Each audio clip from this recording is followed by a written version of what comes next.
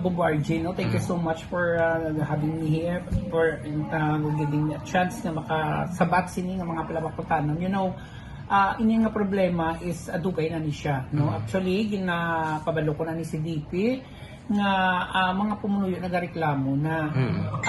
Then ginhambal nila ni DP nga i-follow up nila si contractor. So, sa February, nag-start sila sa obra. But pinag-contact naman sila this time, may nanuwag gigit sa ako nga nagareklamo, nagid, nasiling nila. Ano na ni kadado ka perwisyo nagid sini.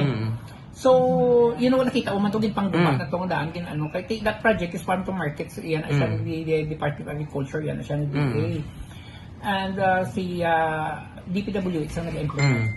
Ang question is that siling ko sa ila, sige kayo i-follow up ko si DPWH. Nag-follow up ko si DPWH, din hambal nila, gahulat-hulat sila sang kwan, gahulat-hulat sila sang response ni contractor.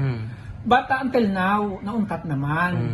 So, naghambal sa akon si ang mga pumuluyo nga kap, mahimo kami yasang petisyon, masulat kami sa imo, kay i-address namon sa kay DPWH para nga okay lang na subong kahit hindi pa tingmulan. Diba what if kung mag-abot naman ang tingmulan, what will happen naman? Kaya galgalunang ginadaya Bobo RJ. That's why nga mo nang inhambal ko gani nga kabay pa matagaan ina sang action kay tiining may gin-extend naman kami ko nga 15 million going to Oliva. To Oliva may 15 million to nga ang tabok sina is inang economic highway, the additional 15 million nga din naman from Gabalaba going to Miranda.